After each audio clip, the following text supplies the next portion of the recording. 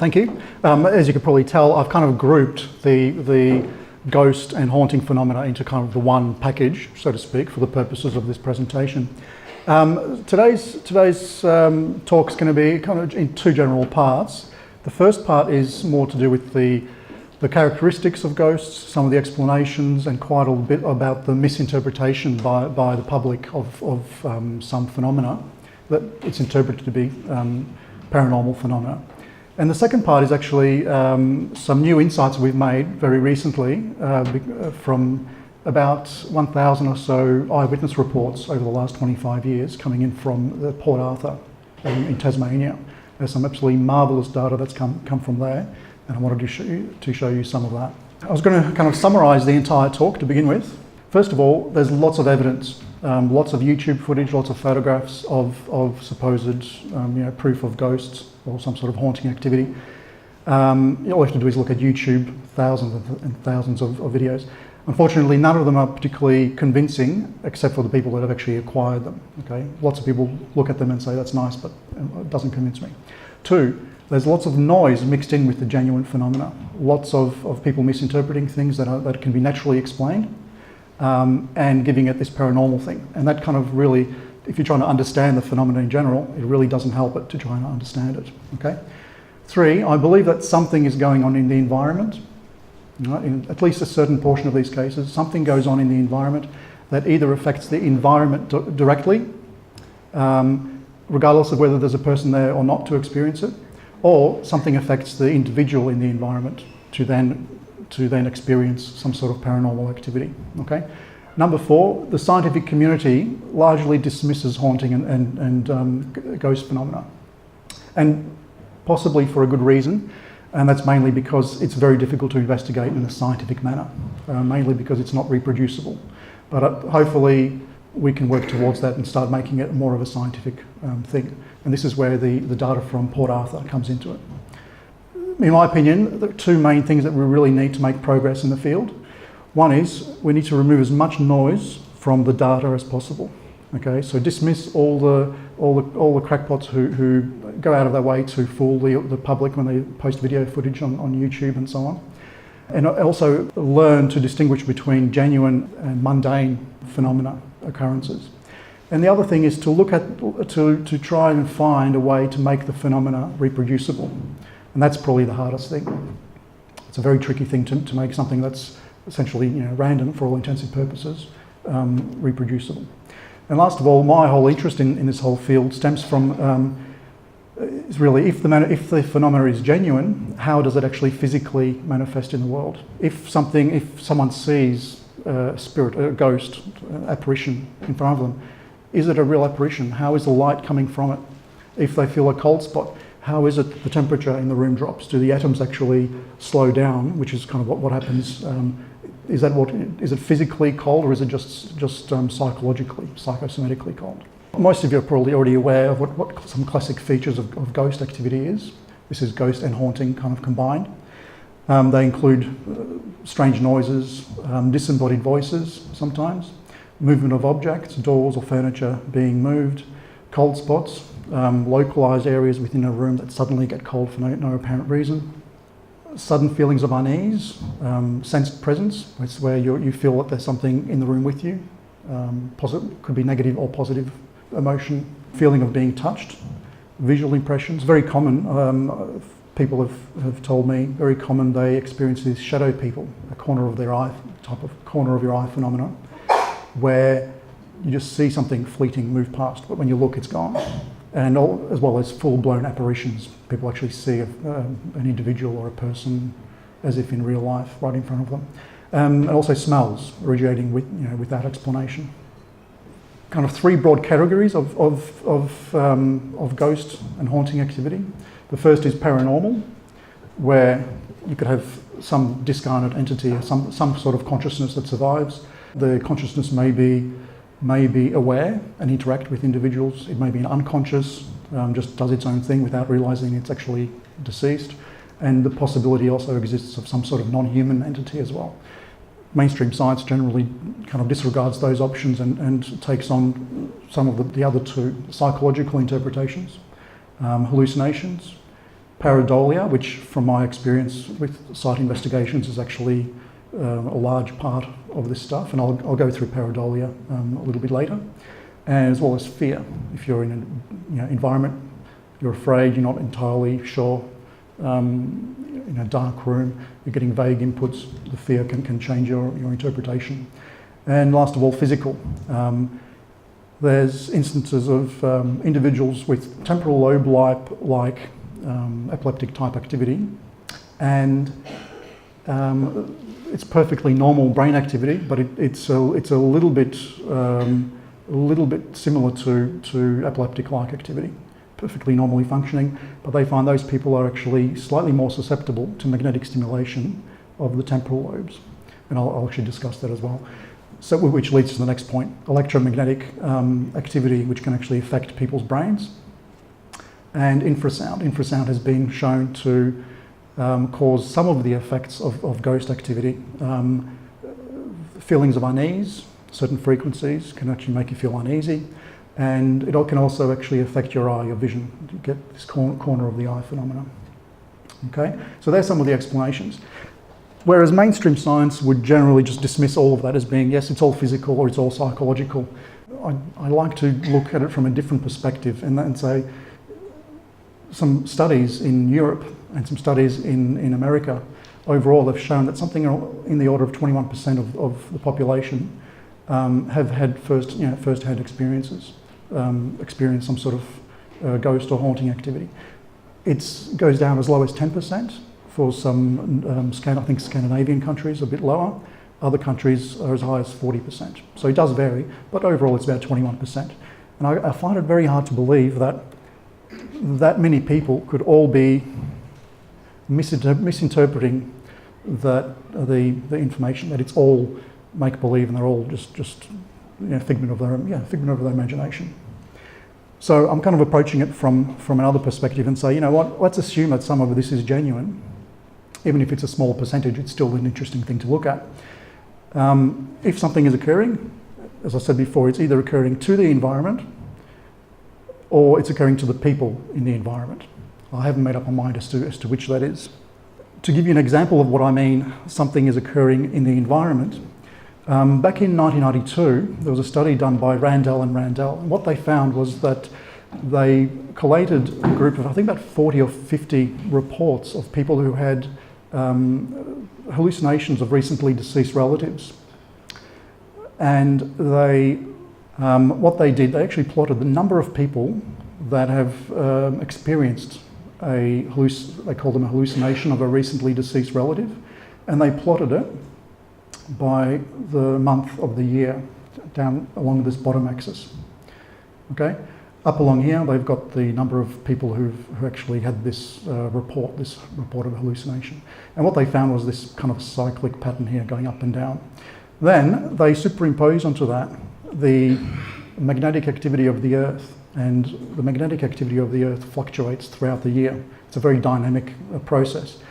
And when they did the same thing, using what they call the AA index, which stands for antipodal, I think it is. So they have one magnetometer station in the northern hemisphere, one in the southern hemisphere. They kind of calculate some sort of overall average kind of general activity of the globe, and they keep a track of that for every day and every month. They found that those two correlated very significantly, which could imply that magnetic fields somehow are related to the generation of these sensory hallucinations. This is another graph here showing as the magnetic field increases, as it's going up, down along the bottom axis, the number of hallucinations go up as well. And there was a significant relationship that they found. Okay. Before I go into the Port Arthur stuff, I just want to talk about what I mean by misinterpretation of data, of ghost activity. This is taken from the AIPR website. There are kind of three general categories or explanations of ghosts. One is the misperception, and that involves distortions of perception or emotional exaggerations. Second one is the imagery or the hallucination hypothesis, which essentially means that it doesn't require any data from the external world can all be generated internally, mentally, which from experience is much less common than the top one, misperceptions. And last of all is the survival hypothesis, where something actually does survive after death and stays in the location. Okay? So we just have a look at the first one. And the biggest example by far, from my experience, is pareidolia. People send me photographs and videos and say, look, I've got evidence here that this is something paranormal. And pareidolia is really an erroneous or fanciful perception of a pattern or meaning in something that is actually ambiguous or random. A perfect example of this is looking at patterns in clouds, seeing animal shapes, faces and so on in clouds. Here's an example: face on Mars, face in a sink, face in a rock. There's a couple more here. The Pope in a fire. You've got a face in a fry pan, and someone found a picture of the devil's face in a fire, smoke. So these are all examples, and the reason for that is that the brain, I think evolutionarily speaking, is actually hardwired to automatically pick up faces and body shapes almost as a survival instinct. In that, if you're let's say in a jungle or in a forest, and all of a sudden something peeks out, it's in your favour to automatically pick that up as a potential foe or a friend. And the faster you do that, the better your survival chances are. So I suspect that it is a hardwired thing. Automatically going to be picking up faces and body shapes in vague sensory inputs. This is one that was actually sent to me by an individual. They said they were walking in a forest taking photos and came back and they thought they saw something paranormal in here.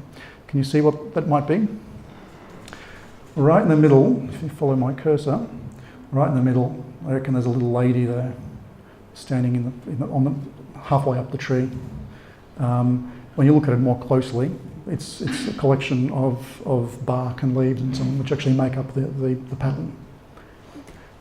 This one I got off YouTube, and this one fooled me very, very well. I was so impressed with it the first time I saw it. What you'll see is actually what looks like a person running, like this white mist running across the screen as the car's driving. It's coming across the screen now, just off the side there, running across to the other side of the road. Did you see that? Pretty impressive. First time I saw it, I thought, my God, I could see legs and arms and this whole thing streaming across. I was really impressed. Until we looked at it further and there were some debunking videos and so on. It actually is just smears on the windscreen. You can see it here in still. Smears on a windscreen. And there's another one here and there, little marks. And as the car's going around the corner, the smear looks like it's actually going across the road. And it's coming in and out of focus, which makes it even more vague. But that was pretty thoroughly debunked. But that was an interesting thing of auto-suggestion on my part, because I looked at it and the first impression I got was, yeah, this is something running across the road. The other common thing is orbs, lots of orb activity. Now, I don't just believe in orbs, I've seen one myself firsthand, but a lot of people have videos or photographs where they see little circles. And what they don't realise is that the camera is not, if they understand the workings of a camera slightly better, they might realise that a lot of that stuff is actually dust particles, and it's just out of focus dust that's coming into the camera.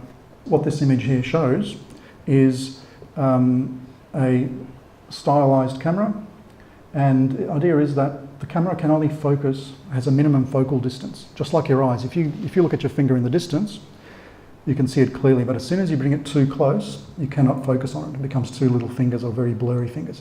Exactly the same thing happens with a camera. The camera can focus here or further out, and if you have dust particles there, they're so small they don't even show up. But if you get a dust particle in front of the focal length, in front of the lens, it can no longer be focused. So it'll be artificially enlarged, and especially if you get a flash photograph hitting the dust, that comes back into the camera, it comes out as being a significant ball of supposed energy. And there's YouTube footage, one that I didn't show you, of people with infrared cameras, night vision cameras, showing dust particles and trying to communicate with them, and so on and so on. I wasn't trying to say that to make fun of them. As I said, I genuinely believe that orb activity does occur, but it is not as common as what people would think. Okay, this is a video that I was actually wanting to demonstrate for you that one way to show that it is dust and not something off in the distance is if you actually have two cameras side by side. Okay, if that's the case and the dust particle or the orb is further away, then it should be picked up by both cameras at the same time. If it's too close, it can only be picked up by one camera. Okay, so this is something I put together. I meant to put it on YouTube, but I just haven't gotten around to it. This is, I've got a toy horse from one of my kids, and I'm just kind of dangling it in front. And you can probably see once in a while some dust particles coming through. Later, just on the right screen, you can see some dust, but you can't see it on the left. Later on, you'll see there's a line here. It actually shows the path of a dust particle coming through and then going through on the other camera as they're side by side. So that actually shows that it's in front of the focal distance of the camera. When I have a glove, dangle it far away, you don't see anything. Okay? When I bring it very close, you can now see dust going through all over the place. Okay, and I see lots of this dust stuff during investigations because it's in a very dirty, dusty environment and so on. And unfortunately, a lot of people mistake that for being some sort of paranormal stuff. And so, and that's great if you want to believe in it. That's fine, but it doesn't actually help us in actually understanding the phenomena in the first place. And that's what I call noise. Beautiful. Quickly, just some other things that we've picked up. This is an example of what looks like some sort of very rapid light moving very quickly during a photograph. That's zoomed out a little bit. If I zoom out a little bit more, you can see my finger at the top here.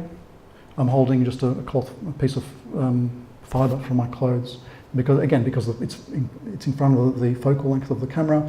Flash lights it up. It looks like something really weird. Okay. The other thing is, if the camera is using a flash, what people don't realise is that a flash only lasts for a fraction of a second, but the camera can actually still be open. The lens can be catching information for another up to a second or so, depending on how it's set up. And so after the initial flash, which usually takes up shows you the actual image in the background, if there's still light moving in the background, well, in the frame, it'll pick up as a streak. And here's another one. I took a flash photo with my hand holding a torch, and straight after the flash, I moved my hand around, and that's actually what registered. Okay, so these are common things that are misinterpreted and sent to me as evidence of ghosts and hauntings and so on. So these pareidolia and this kind of stuff are probably the most common misperceptions of ghosts. The next one is the hallucination hypothesis, where you technically don't need sensory information coming into your head. One example has been demonstrated by Michael Persinger from Canadian Laurentian University in Canada. He developed what he called the God helmet. And what that is, if you have a look over here, are 4 little magnets in a particular pattern that they designed to sit around your temporal lobes. You know, as I mentioned before, that some people have slightly modified brain activity in the temporal lobes, more susceptible to magnetic fields. And he applied very weak magnetic fields, not too far off the order of the Earth's magnetic field intensity. But what he did was he actually stimulated the brain in a more biologically meaningful manner. So he kind of circulated the magnetic activity. And what he found was that some people would experience this, if you stimulate one side of the brain, people would experience very positive sensations. As Jesus is in the room with them, spiritual, very warm and positive emotion. If you stimulate the other side, you get the opposite. You actually feel like something really negative in the room with you. Devil. And apparently in one famous case, a journalist came in to be tested and he ran out of the room screaming, saying the devil was in the room. I'm not sure how accurate that is, but in essence, it kind of shows that magnetic fields can directly affect people's brains. And there was a study done a while ago now, 2005, and this was published. They did an investigation of a haunted bedroom in an English castle, and people were reporting waking up in the middle of the night and having some negative entity in the room with them. And what they eventually found was that the bedhead was a metal bedhead, and the bedhead was magnetized. So when people were lying on the bed, asleep, moving their heads, changing positions, they actually moved their head through this stationary magnetic field, and that was what was causing that sensation of this sensed presence in the room. Okay, that was their conclusion. I'm assuming that they actually did the study correctly. So those are kind of examples of the imagery or the hallucination hypothesis, where people don't even need to perceive information, it's kind of automatically changes them. That from experience doesn't happen anywhere near as often as regular misperceptions and pareidolia. And the last example is the survival hypothesis. And again, this is probably the one that has the least amount of data as scientific field. We've had lots of things coming up, but because we're trying to be strict and trying to keep the noise out of the system, we actually have only a few kind of examples where we are fairly confident that something is actually going on.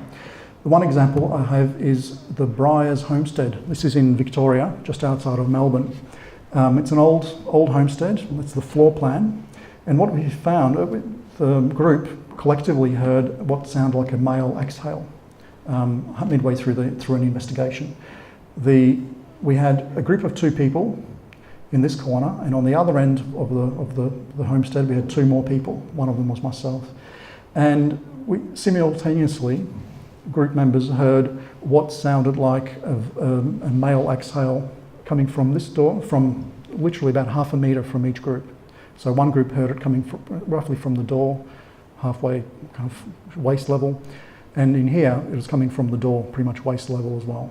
Okay, what the other dots actually represent, this one here represents a central base station, where there was one person monitoring the CCTV footage and also listening on audio to these very sensitive condenser microphones which were monitoring audio in the corridors. And the curious thing was both groups heard it in the 2 extremes of the building, but the person monitoring the audio in the corridors didn't hear anything. Okay, I'll play for you we were on walkie-talkies, communicating through walkie-talkies, and I'll actually play for you some of the audio for that. There. What? That was you. Seriously, tell me that was you. What? That was you, wasn't it?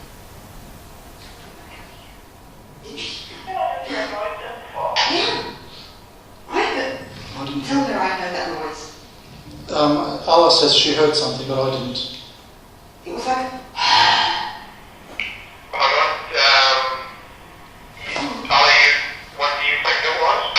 I think it was a breath out with a bit of a voice in it, like not a growl, but a bit of a breath.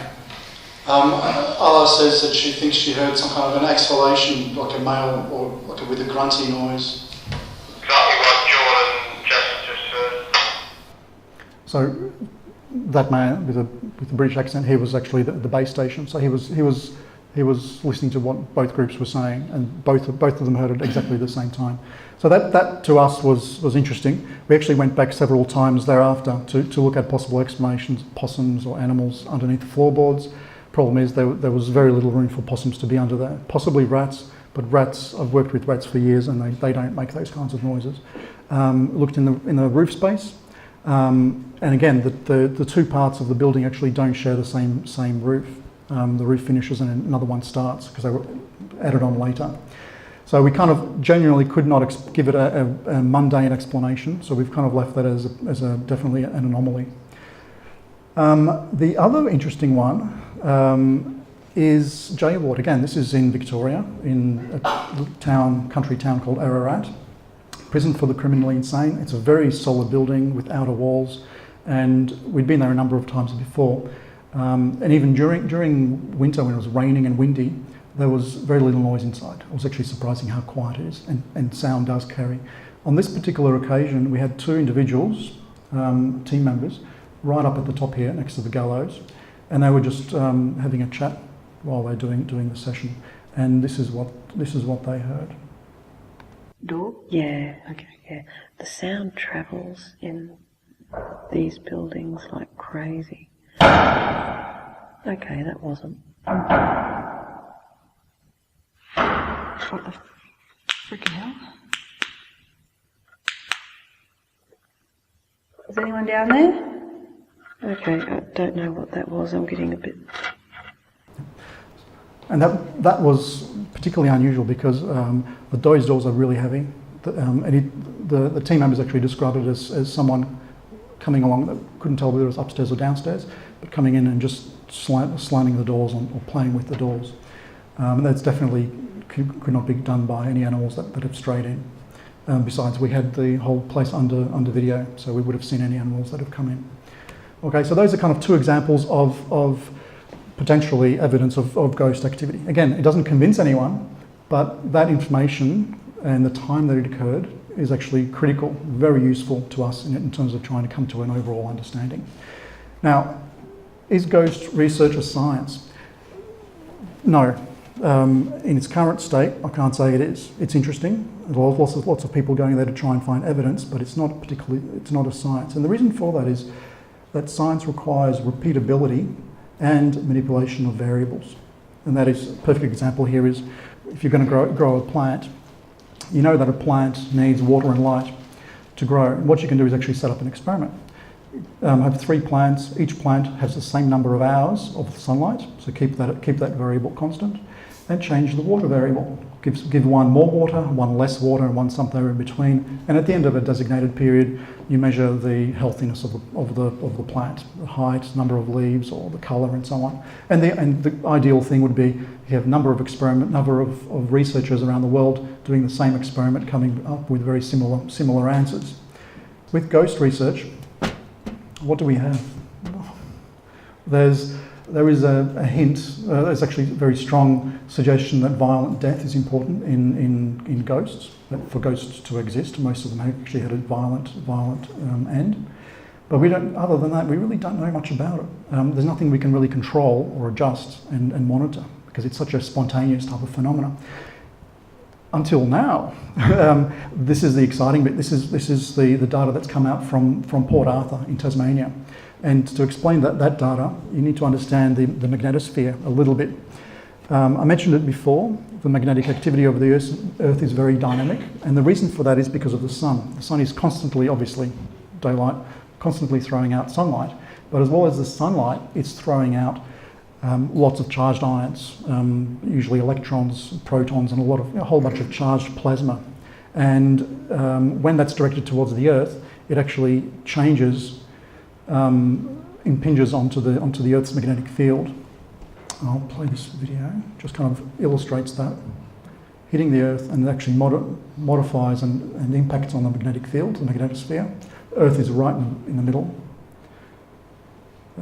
And during these, what they call coronal mass ejections, there's a huge volume, billions of tons of matter being thrown out. If it's directed towards the Earth, it actually forms what you call the aurora australis and aurora borealis. So these are some of the photographs of what happens, this light phenomena in the sky in the northern southern extremes. Now, I showed you the magnetic correlations of Randell and Randell. They found a significant correlation there. They used an old index called the AA index. That's simply because the data they had was very old, and that was the only index that was kind of in existence at that time. Since then, they've improved that index, and I'll explain a little bit after that. What we did, we looked at the Port Arthur data and did exactly the same thing. We looked at the magnetic field across the months down the bottom here, and the number of people reporting that it made a report of experiencing something paranormal in Port Arthur. And again, what you find is that the two are significantly correlated. When there was a lot of stormy activity, magnetic-wise, a lot more people were reporting activity. Okay, this one here shows, again, in a different graph, as you increase the magnetic field activity, the monthly activity, the number of people reporting ghost activity increases as well. Okay, that's a statistically significant correlation. Some of you might have picked up here that I've actually only shown February to November. I've actually skipped January and December. And the reason for that is simply, one of the drawbacks of working with data that you can't control yourself. This was acquired over the last 25 years or so. And what we see is that if we look at January and December periods, the pattern is reversed.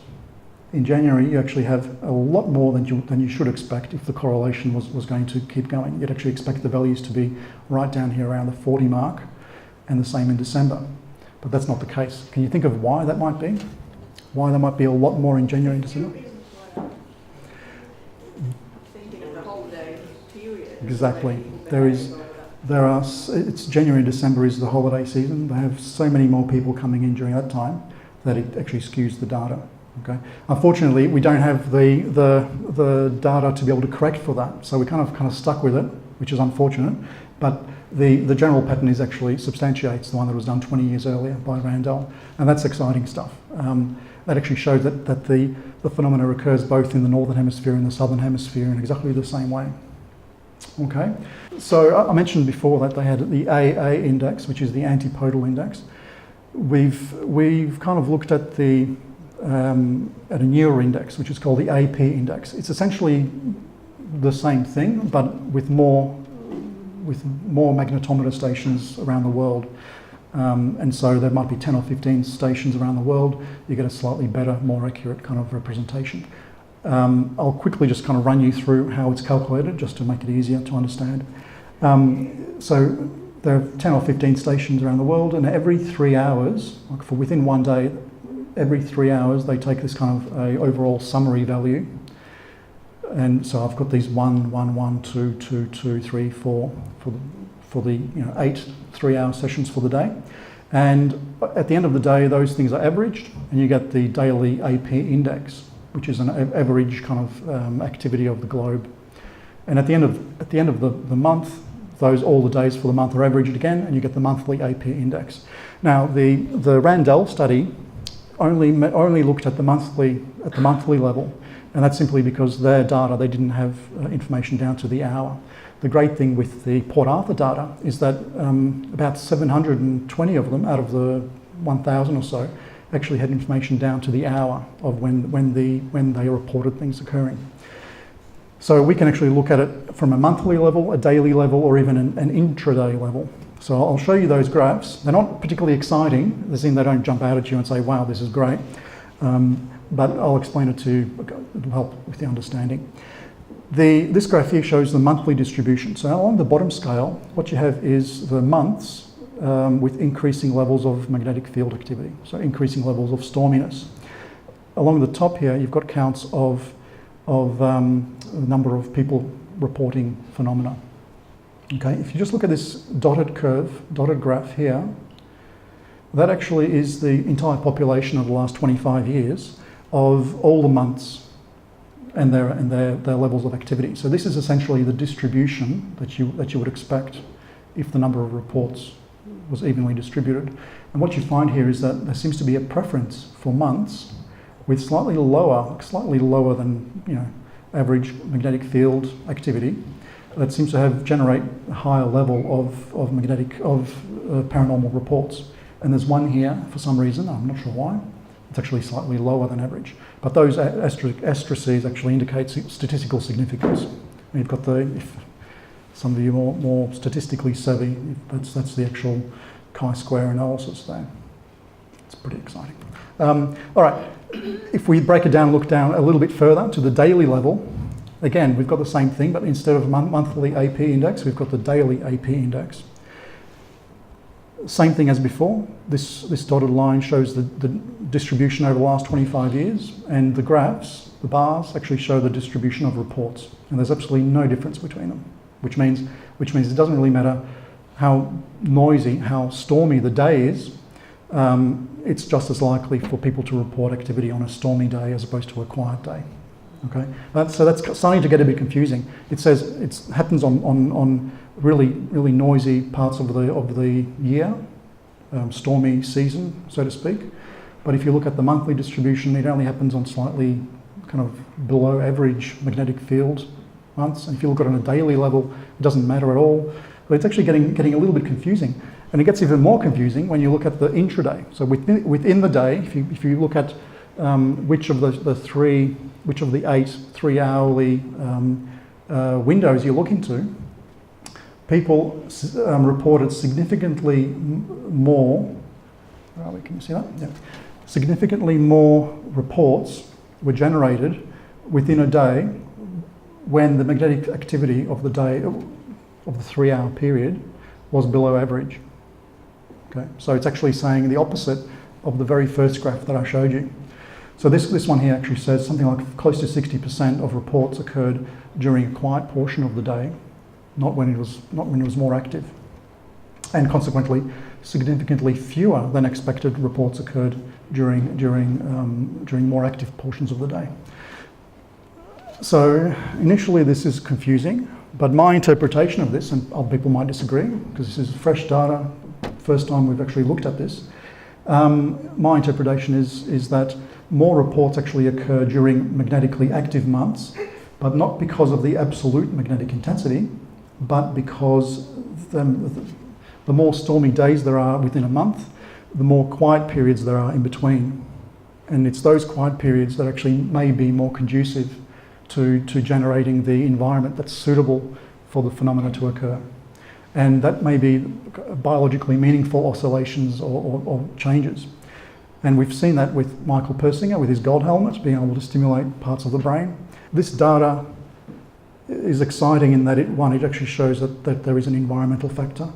It doesn't actually say that ghosts are definitely hallucinations, and it doesn't actually, but you can't exclude the possibility that something is genuinely occurring in the environment, and even if a person wasn't there, things might still occur. Okay, so it doesn't actually help to, discern the difference between a hallucination or an actual physical phenomenon. There's a few things that I haven't told you about what is actually in the data that actually suggests that it isn't just purely hallucinations. There's other things there that suggest otherwise. The last thing, and this one blew my mind when I first got it, because I actually did this to try and eliminate the idea that moon phase has some sort of relationship. And what this graph shows is each day of the lunar cycle, as it goes from new moon, you can see the pattern here, new moon, increasing, waxing to full moon, and then going back down to new moon. And when we plot it, this dotted line here shows the expected distribution. You'd expect people to report ghost activity at any point in time during the full moon, if the full moon wasn't related. And what you find is that a huge number of people, there was a huge increase in the reports of ghost activity at the new moon, which is at the start over here, as well as at the end, as well as the full moon. Huge increase in a number of people. This is the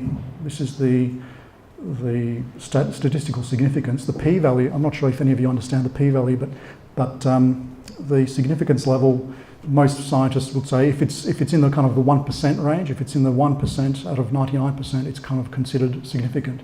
This value was 1/1000th of a percent, I think it was. I forget exactly. It was 10 to the minus 15 instead of the regular 0.01. Point being, it was very, very significant distribution, so it wouldn't occur by chance. I thought, wow, this is great. If I was a skeptic, though, my first thing would be, you know what? People can see the moon when they're outside, walking around. They also at night. You look up, you see the moon, you know it's a full moon. People think, you know what? I know that the moon is somehow related to ghost activity. I'm going to expect to see more, just the auto-suggestion component. Therefore, more people will actually report ghosts. Same with the new moon. On a new moon, there's actually no light. There's much less light, which means the sensory inputs are even more vague than normal at night. Therefore, people are more likely to misinterpret things as ghosts. And that's, I think, as a skeptic, that's a very valid thing to say.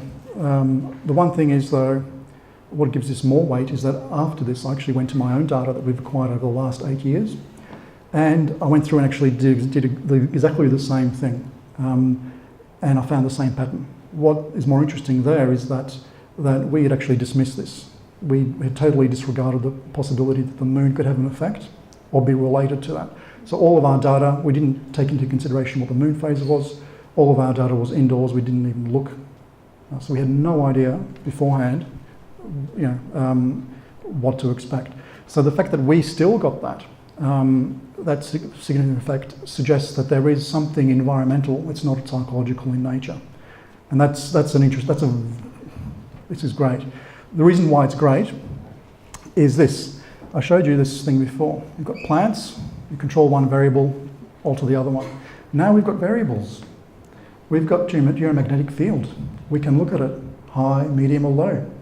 If we can get access to the same location, we can go there when it's a stormy period, when it's a very quiet period, and so on. And we can look at moon phase. We can keep it, always go back during a new moon, or go back during a full moon, or go back in between, and see what the chances are of actually catching an anomaly. So now we have a form of repeatability and some sort of variables to manipulate. And this is exciting because this is a big step towards getting an actual understanding of what this phenomena is. Assuming that it is a legitimate phenomena that occurs in the environment, which I think it does, because there's lots of evidence of not just apparitions and subjective sensory hallucinations, but objective things, instruments being affected, doors, objects moving, and so on. And also, there's lots of examples of multiple individuals experiencing the same thing at the same time. And that's very difficult to explain through a hallucination, unless there's collusion involved. Okay, so this, in my mind, you may not be as impressed as I am, but in my mind, this is really exciting stuff because now we've got something to move on with, and we can see how magnetic fields might influence the environment, as well as the moon phase. Okay. Last of all, I want a big thank you to Tony Mowbray. He's actually the colleague that I've been working with this. He's the one who actually managed to get his hands on the data. He's managed to convince Port Arthur management to part with this information. Great thank you to him. Okay, so thank you. Thank you.